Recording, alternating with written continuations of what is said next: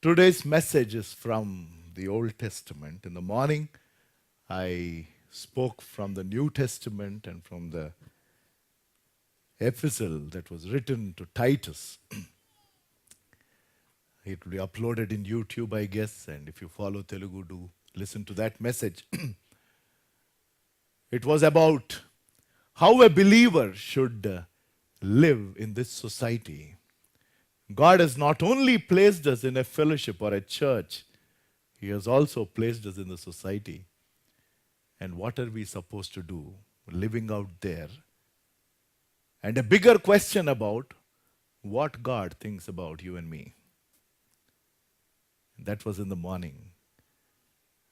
And many a times, a lot of people are so concerned about what people think about themselves. I was in that category for a long time.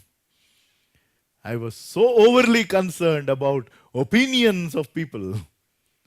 And when I came to know that they had different opinions, negative opinions, I didn't like it. I was disturbed, I was angry, I was upset. But God broke me over this year to say that that doesn't really matter. Just remember what I think about you. And that settles the issue. After the havoc last Sunday, around this time, actually from afternoon, we know what happened to the city of Vizag. It's been 7 days. A storm, a cyclone, which in the history of India, there were hundreds of cyclones that hit our country over these years. But what scientists say is never ever a fully planned city was ever hit. So they are taking this up as a big case for the future because that was against what they ever knew. And that is what this God is all about. And He has control over everything. Reasons known only to Him. We are not here to, make any judgment about why hudud has ever happened. But we know that people have lost a lot. I'm sure there are a lot of believers as well. There are churches where the structures have been destroyed, and so on and so forth. Very few lives were lost in that perspective. More than anything else, end of the day, it is the lives that are important. Rest all can be rebuilt. But the deeper question, as I was thinking about this tragedy the whole of this week, because it's been coming in the news, and I have my near and dear there, and I'm sure a lot of people have as well. And there was no connection at all, whatever, to establish. And finally, we were able to get through 2 days back, spoke for a few minutes. And the only thing that they said is, we are glad that we are alive. Not that they were living in some shacks, they were living in reasonably good houses or apartments, felt that they were too very secure. But they said we could, at least in our lifetime, we never heard any sound like that. Never ever. They said that we almost felt that the building was shaking and we were only praying. Imagine if we are living a life which doesn't have any problems. There are no diseases, no problems, nothing at all. Do you think it will ever happen in this world? Yes, no, maybe. It's a big no. It's a big no. As long as there is sin in this world, this will always happen. The reality of life is every single day, an average person goes through a lot of grief, goes through a lot of stress, goes through a lot of disappointment, goes through a lot of broken dreams, and so on and so forth. Every day. Let us limit it to only our country or limit it to only this city of 80 lakh plus people. Just talk to a few people. Yesterday, our youth, the first time ever in this 27 years of this church history, after coming to this place, the church history is more than 40 years, but having come to this place, Chandanagar, it's been 27 years. We've been doing so much from a spiritual standpoint, but we haven't done anything specific from a community standpoint as young people. I am considering myself still young, which I always will say till I pass away. The day I pass away, whoever gives testimony should address me while I'll be in that coffin, Peter Anna. Right? As believers, should we fear death? Absolutely not. It is sleep and we'll open there. And I also said, you people, especially from the English congregation, you know, I have this nice foresight. I said, one song must be sung that day. Some people hopefully should remember. If you don't, I'll tell you at the end. Somebody remember? Yeah, thank you. At least one person remembered. Bless the Lord, O my soul. And I love the last part. The third stanza must be sung. Otherwise, I'll come out of it. Right. So the question is, well, that was on the lighter side, but I surely want you to sing that day, is, people were struggling to probably get one packet of milk. I'm sure before this, they never bothered about saving water. Like do we bother? Tap will keep going on while Hyderabad still has shortage. We don't bother to switch off the power and all of that, right? And they've gone back to the primitive age. All of a sudden, at one stroke. Now, every drop of water is precious. Absolutely. They would have never used kerosene ever in their homes. How many of you have used kerosene in the recent times? See, not even one hand. Right? A lot of people don't even know what kerosene is for. Right? But they have queued up to take kerosene and to light up those lamps, which probably were of use 40, 50 years back. The question is, when we are living on totally empty, what will you do? Imagine driving your motorcycle when the fuel tank is close to that E letter and that red.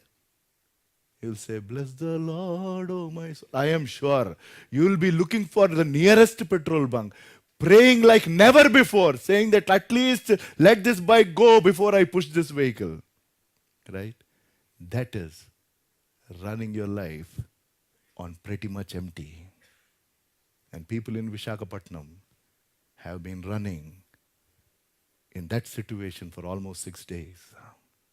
Very limited, no power, very little water, very quota system to get diesel so that the generators can be filled to run the power and so on and so forth. If your life, and for no fault of yours, this was divine, right? Did mankind create hudud? No, right? Yes, no. No, there are things from a scientific standpoint. There are a lot of things that science says that, you have not followed certain norms when you build a city. This must have distance from the seashore. There should be no buildings and things. I fully agree to that philosophy. But end of the day, it is he who is responsible for the storm, for the earthquake and lightning and all of that. So my question is, if you and I are pushed into a situation where you have to live pretty much on empty tank, how will we face? Are you getting the point? How will we face? Not that I want you, not that I want to be there, but supposing we are pushed there, how will we face? A beautiful situation. Not a beautiful situation in that sense, but there's an instance of the couple that are there in the Bible. There came a time when in the life of a mother and a son, the same situation happened. They were pushed into living a life with a bare minimum. And when they were pushed into that situation, when God actually pushed them there, what happened is today's meditation. And if I ever end up in situations like that, where there is nothing to look at, no way to turn, just bare minimum, just to keep you okay for a day or two. There are people who went through that pretty much in the city of Hyderabad. In 2009, when Ramalinga Raju Garu, we should call him with respect, sent out that fax in December saying that I have committed this fraud, like a big angel, he told. But there are people all of a sudden came to a bare minimum because there were no salaries, there were EMIs to be paid, there were other stuff to be taken off. All of a sudden, meager. How much of savings people these days have? There are a lot of credit cards these days people have. But how long will you swipe the card? You'll have to pay the bare minimum, right, month on month. And on top of it, you pay interest. So I can keep telling, but I'm telling you, there are a lot of things that are happening. And I know people who wrote emails to me when the HSBC episode happened, or when Dell downsized. I know of wonderful believers with tears talking to me or writing emails saying that, Anna, please pray. I know God will work out. There was a couple who met me last Sunday after the service was over. And the husband took me aside and he said, Anna, I have just 20 rupees in my pocket. And we have payments worth 50,000. But I know He will take care. I just want you to pray. Living life pretty much on empty. On empty. Excellent believer. As far as I know, I am not here to judge. So when all of this ran through my mind, I said, Lord, how will we face? Tell us through your word. Not that we don't know, but tell us if we are in that situation. This is from that familiar story or the incident between Abraham, Sarah, and Hagar. We all know that family. Abraham came out of his country, he left his region, he left his religion, he left his relatives, he left his resources. Yeah, he left everything. And he just came out. Not knowing where. That's how his life started. And God blessed him. And finally, there came a stage.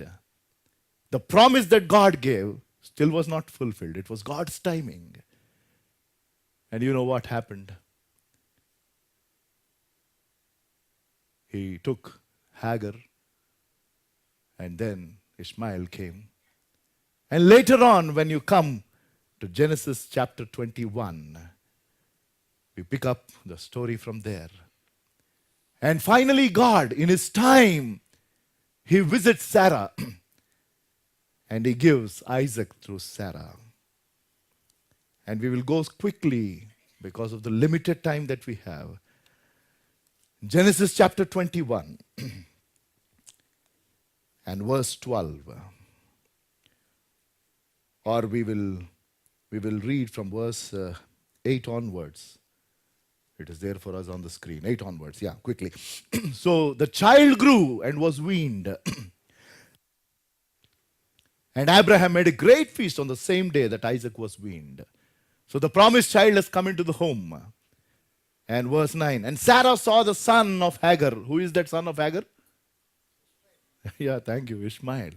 Right? Whom she had borne to Abraham scoffing. There was a fight in the family. Therefore she said to Abraham, cast out this bondwoman and her son, for the son of this bondwoman shall not be the heir with my son, namely with Isaac. And that matter was very displeasing in Abraham's sight because of his son. So for Abraham it was a heartbreaking situation. Yet he carried out God's instruction, because next verse it says, but God said to Abraham, Do not let it be displeasing in your sight because of the lad or because of your bondwoman. Whatever Sarah has said to you, listen to her, for Isaac is your seed and shall be called. Now we come to that situation or this question about living our life when we hit the bottom. When it is empty tank, when my resources are depleted, when my health goes down, when my near and dear are not there, or I lost my job or something else, and when our resources are depleted and when we are running life totally empty, we still need to move on, then what do? Look at Hagar and Ishmael, and especially Hagar. There's no fault of hers. Who told Abraham to take Hagar? It was Sarah, right? Yes, no? Are you with me? Hagar didn't say that you are struggling for a children, so I can bear you a child. She never said. The proposal came from Sarah, and she just obeyed because she was a bond servant. She didn't have a choice. She had to just obey what the mistresses told. Simple. And then she bore a child. Life was happy. But now that the original has come, God's promised child has come, there is a problem. And Abraham also wanted all of them to live together happily. But since that was not God's plan, God said, unfortunately, it is time for them to go out. Don't worry. I will take care of them. So see what is happening. There are three things that we will meditate today from the next verse onwards. Keeping this question in mind. Yet I will also, God is saying, don't worry, yet I will also make a nation of the son, the bondwoman, because he is your seed. And that is the whole problem in the world. I don't want to say anything else.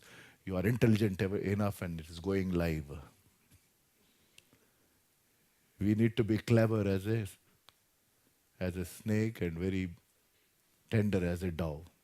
Yeah. What will happen if I go to Tirupati? I will not, don't worry. And go up to that Gopuram and stand there and say, Jesus is the only God. You know what will happen next? Or I'll go to Old City and stand on top of Charminar and say, Jesus is the only God. I will not come back. You'll have to sing Bless the Lord from there and come here. Right? Because I have done something very foolish. What I've said is fault? Is it false? But where I said what I said is the issue. Where I said what I said. It is very, you don't have to dilute the truth, but how you present the truth is very important. People have feelings, people have faith. And God always said you respect people's faith, you respect people's feelings. Look at the Bible. Jesus never hurt anybody's feelings and faith, but yet presented the truth in a way that people were disturbed among themselves. It made them think. People questioned him. He didn't answer. His answer was a question back. He said, okay. Amazing. Amazing. That's why he is our advocate in heaven. He has not lost one case. Hallelujah. And he will never. Yes. Satan is putting so many allegations. All that he stands up and he says is, fine, I agree. But I've already paid for this. God the Father says, fine. We have an advocate in heaven. An advocate who never lost any case. And now, for no fault of Hagar, now she is thrown out of a house where she was comfortable. She started with them so many years. She's enjoyed the benefit of being with that family. And she used all the resources there and all of that. Are you with me? And all of a sudden, just one decision. She is thrown out of the house with a child. A woman and a child, remember back then. Living life. What? Totally empty. Verse 14. So Abraham is honoring God.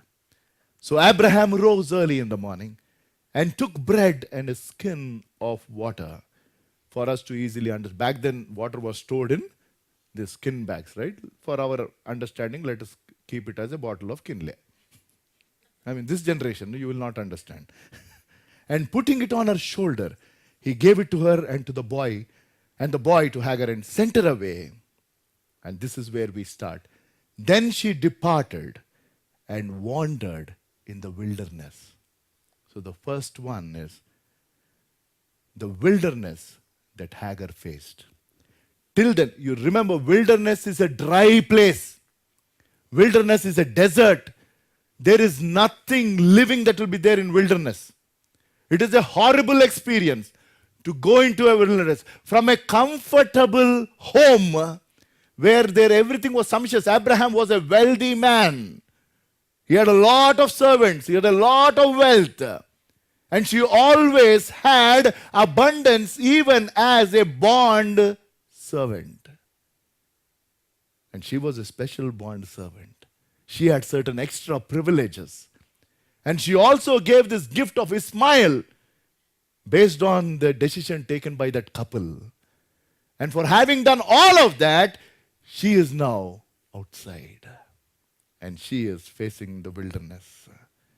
A great man of God said, while Sarah appointed this decision of pushing her out, he said, God allowed it in his gracious plan. While Sarah ordered, God ordained Hagar going out. Amazing.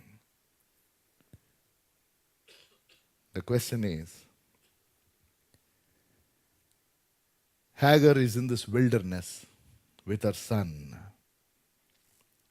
not by accident, but because of the divine plan of God. God, in his immense grace and mercy, and for the plan that he had through Abraham, even though Abraham sidetracked in between, God worked out his plan in his life. He said, I'm going to give you a son, I'm going to give you a generation that will be a multitude of people, countless. And Abraham did the sin of bringing in Ishmael, but yet God's plan was in place. So he had to take some hard decisions. Now, after thousands of years, as believers of Lord Jesus Christ, as the New Testament believers, as we are looking at this instance all over again, as the whole scene is coming alive before us, for us to introspect, is there anybody there who is facing wilderness? That means a place where it is dry, a place where it is difficult, a place where you don't know what the reason is. You don't understand why this has happened and for what it has happened. For that family, that mother and son, they were actually placed or pushed, if I have to use that word, they were pushed into the wilderness. And the preparation was just some bread and water. Tell me, how long will that sustain? There was no KS bakery there back then. Wilderness, there's nothing you will get. There's nothing you will get. And that is the situation. So Hagar was facing a wilderness. My question is there anybody here who is facing that kind of a situation? I'm not telling literally that you've been pushed out of the house or things like that, but probably in your life, you are just having that limited resource like this bread and water, maybe just very little money. There is no money for tomorrow. There's no assurance of tomorrow. Things were absolutely fine, but everything turned upside down during this week. And you're feeling so dry and empty and disappointed. And you don't know why this has happened. Probably you're absolutely fine. You just had, feeling of stomach ache. You just felt it was stomach ache. You took normal medicines, didn't work. Then finally you ended up going to a hospital. And after the scan, they say that it is a severe illness or a disease. We received a call the other day. A person who is just coming to the Lord. And her world turned upside down because of a medical report that she never ever expected to see. And we didn't have the courage to call back and counsel because we were disturbed with 19 years of faith life, running on empty. I'm telling you, there are lives around. They may not say it outside. I'm sure there are some lives out here as you're listening today that you probably are on empty tank. You're pushed into a wilderness situation. You're pushed into this disappointment. You're pushed into a situation where your dream is shattered. You're pushed, you're not prepared. And your preparation is just for a day. It will sustain you for a day, for 2 days, for 1 week probably. And it is staring at your face. There is nothing in the bank. And there are payments to make. And so on. Hagar exactly was there. She was exactly there. And the problem was, she was alone. There was no male member to help her. She was a bond slave. Previously, there was Abraham, because Abraham took her as his wife.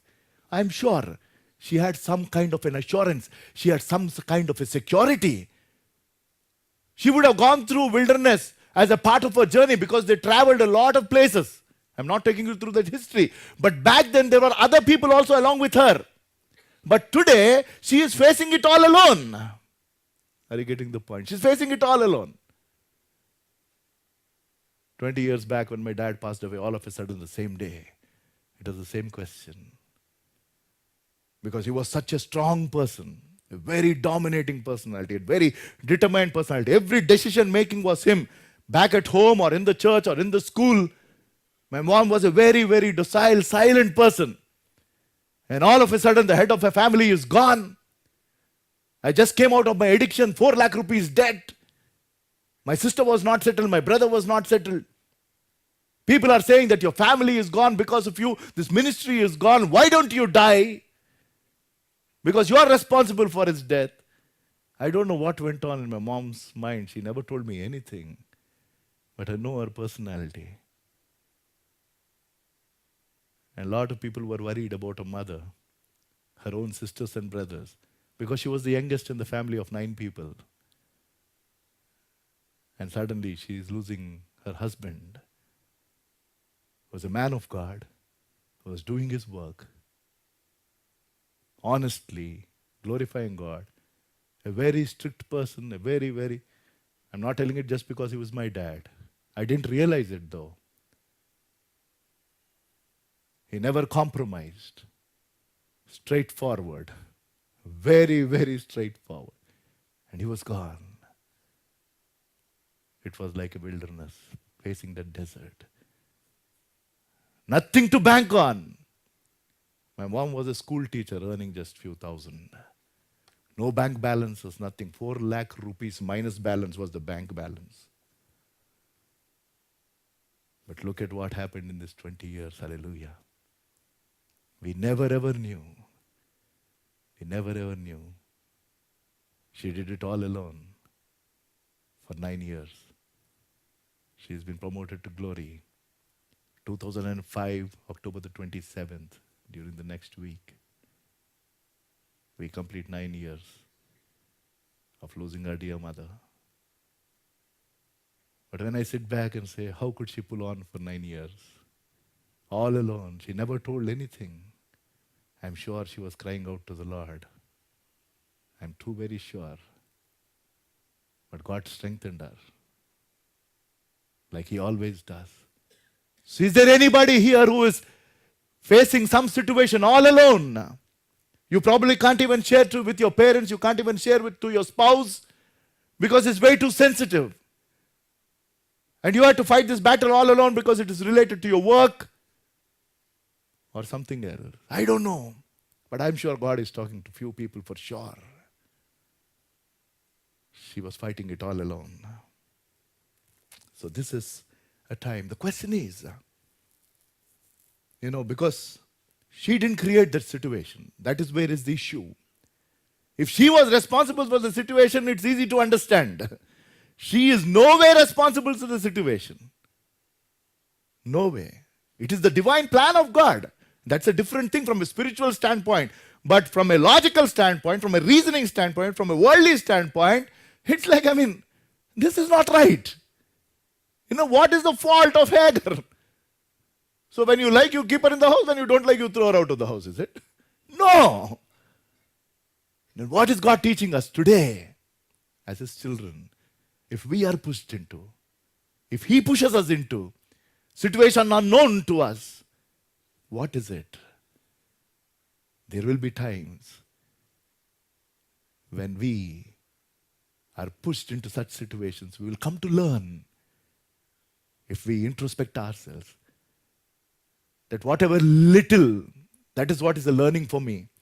Whatever little that I was so, thoughtful of, that there are some abilities that I have and I can manage, even that will go away. And we'll come to a spot which says, oh Lord, now it is totally you. Are you getting the point? When you are in a situation like this, I'm telling you, you will come to realize that there is nothing that you and I are supposed to do. It is not about our ability. It is about Him and saying that, Lord, now I trust you completely. Sometimes He pushes us into situations like this to say that, my dear son and daughter, now put your entire weight on me. Are you getting the point? You put your entire weight on me. You put it out there. Complete trust. Complete trust. And not only that, the second one, she was facing that wilderness, a wilderness that she was placed in, a wilderness that she was pushed in, she and her son. And if you go to the next verse, we are running short of time. And the water in the skin was used up. And she placed the boy under one of those shrubs. It is but natural. It is not like that 5 loaves of bread. No, how many loaves of bread? 2 fish and 5 loaves? Yes, no, for 5,000 people. Right? When Jesus, he kept on giving. But here, it is the bread that was given by Abraham and the water given by Abraham, and that was limited. Even if they were drinking very little, one day it was supposed to be over. And it is over. So it was not only a wilderness situation, now it is weariness. Weariness is being tired. You're walking.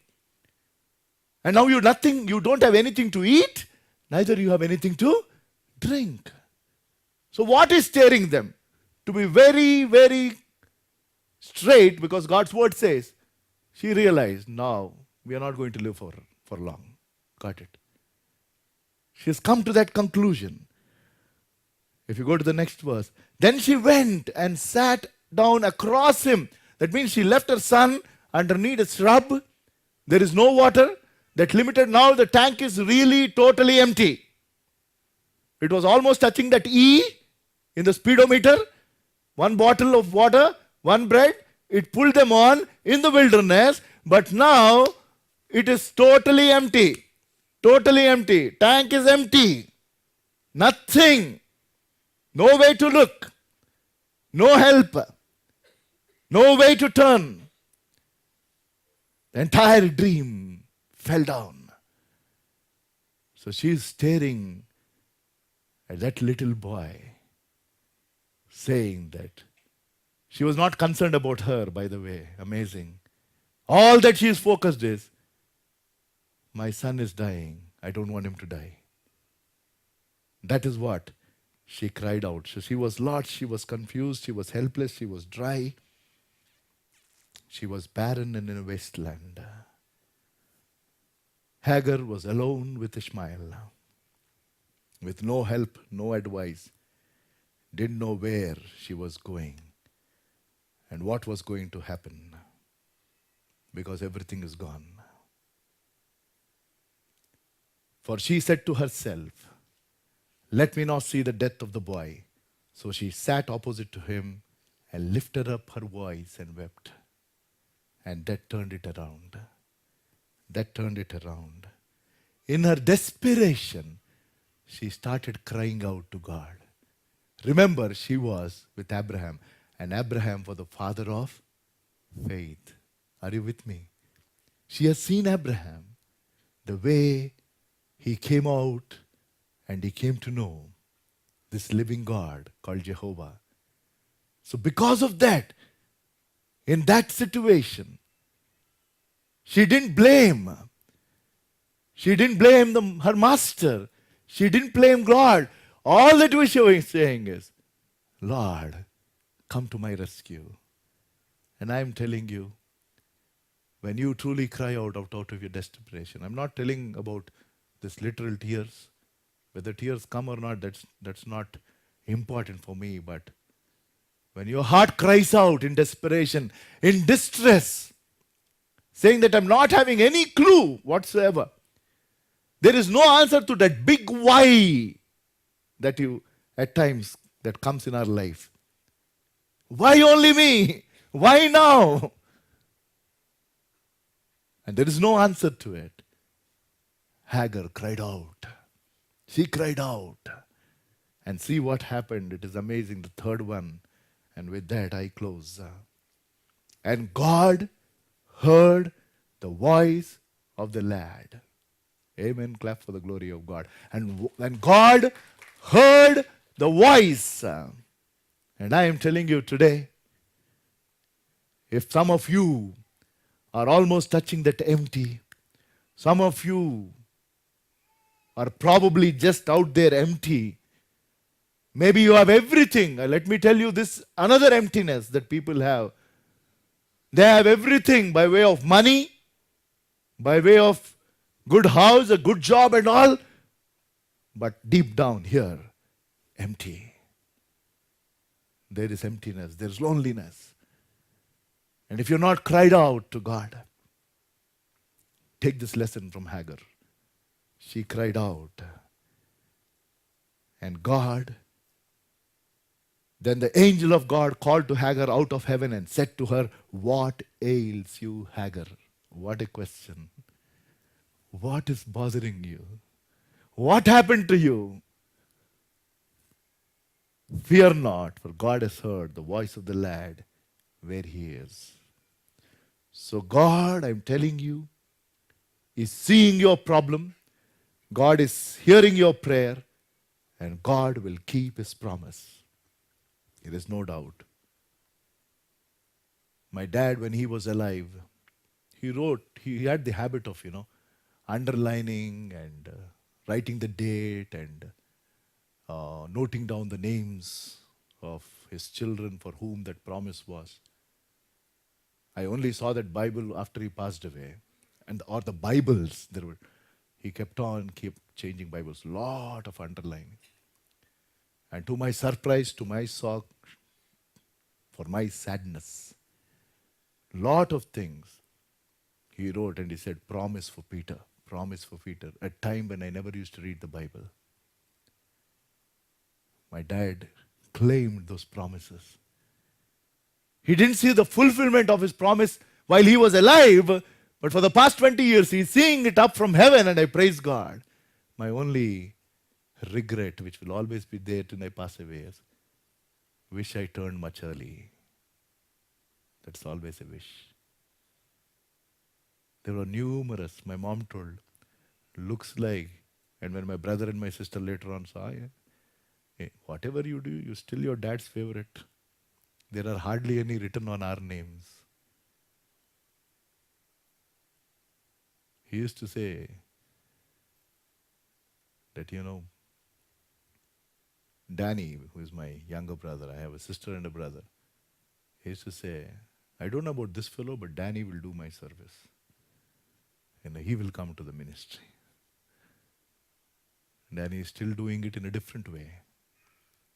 But I never ever, I told outright, forget me. Me coming and preaching is never going to happen. Maybe I'll sing 1 or 2 songs, but not more than that. But God said, where you dishonored me, you honor me. You honor me. It's amazing. It's amazing. He's a God who keeps his promise. He's not like us who promise and forget. If it doesn't happen in our lifetime, I'm telling you, it will surely happen. So if God has given you a promise for yourself or for your family or for somebody else, continue to claim that promise and say, Lord, I trust. I trust. So God not only saw that problem, that situation, God heard that prayer and God remembered his promise. And third one, it's amazing. The first one was the wilderness. The second one was the wandering and the weariness. And the third one is amazing. What did God do? Verse 18. Verse 18. Arise, lift up the lad and hold him up with your hand, for I will make him a great nation. I am sure Hagar would have been wondering. I don't have water to drink. There is no bread to eat. Me and my son are dying.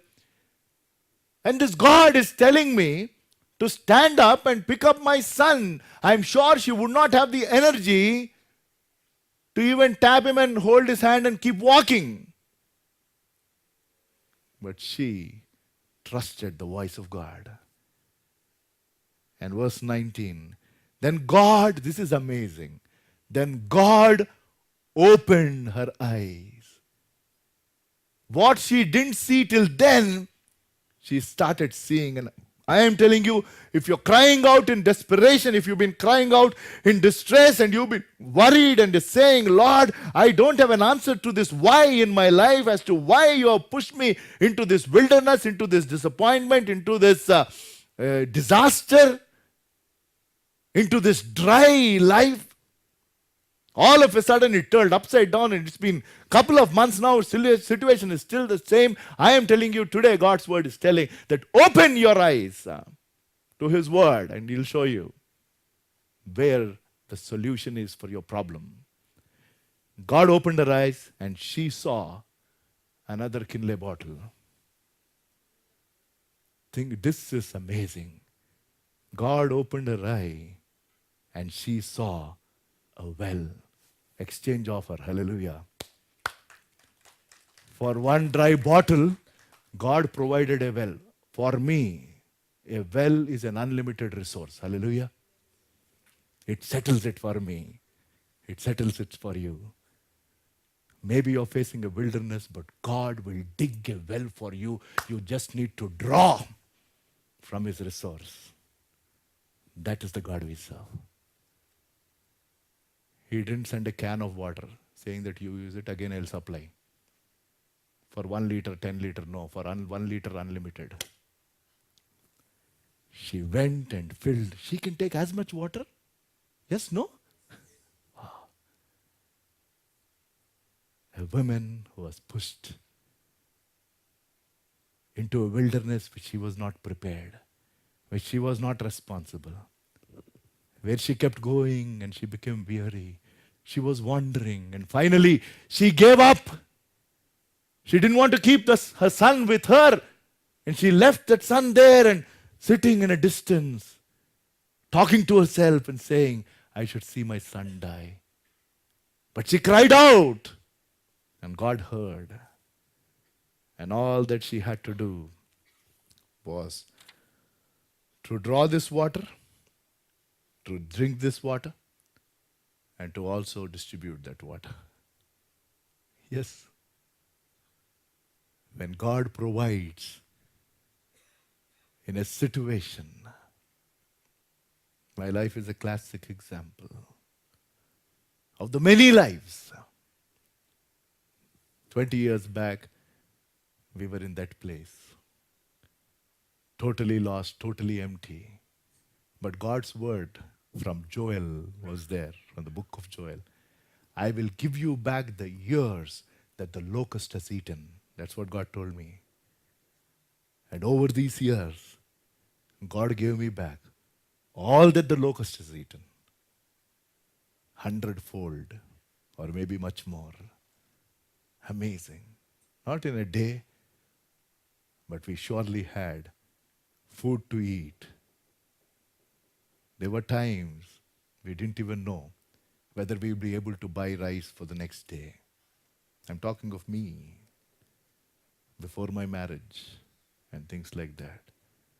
There's somebody who used to give, who used to send something out of love, not knowing the situation that we were in. Because what we put up on the outside was something else, but the inside story was something else. Nobody knew. Now I've been talking about it openly for so many years. But back then, nobody knew that I was involved in this scam. I was involved in such a situation of lakhs of rupees of debt. Nobody, very few families from my dad's side knew about it. We kept it as a family secret. My parents kept it as a family secret out of love towards me. But God kept His promise. God has provided a well. And when you are hitting your life at an empty, I am telling you, God will not leave you. And when you cry out and say, Lord, I totally trust you now. Not that you have to reach your empty and then say, I trust you. Now when your tank is half or almost full also, you say, Lord, I trust you. I am telling you, otherwise it can hit empty the next day. You will not even know. You say, Lord, I trust you. Whatever I have, it's only because of you. The source is Him. You are in a good job, wonderful, God bless you. Don't ever say that, because I'm in such a big brand. Brands will come and go. Yeah, absolutely. Don't ever think that, this company will never go bust. Anything can happen. The biggest of the brands went down. Went down. Biggest of the brands. If somebody was, I'm in the finance industry, so I only quote those examples. JP Morgan is one of the big names. It's a dream job for people in the finance world to get into JP Morgan. And when this whole episode happened 3 years back, people at the highest levels, when the axe falls, it is top to bottom. That's the problem, not bottoms up. So it's better not to reach up there. I'm there. That's the problem. When the axe falls, the head will, they'll say one head will roll or some other heads will roll. But it's always top down, top down. So, as God's children, let us learn to say that the source is you. You're providing through an organization, you're providing to somewhere else, but the source is you. And I will use it meaningfully. I will use it responsibly. But if you're in a situation where you are not responsible, you are pushed. You are not prepared. You're not prepared. You're pushed. And you've been wondering and you're weary. You don't know. Hagar cried out and God heard her prayer. God saw her problem. God provided a solution beyond her imagination. She was only looking at probably another pot of water. But God said, drink from the well. You drink as much as you want. You drink, you give it to others. And that is what God expects us to do. Let's bow our heads in prayer for the word that He gave. A God who speaks, a God who sees, a God who understands, a God who works in our lives.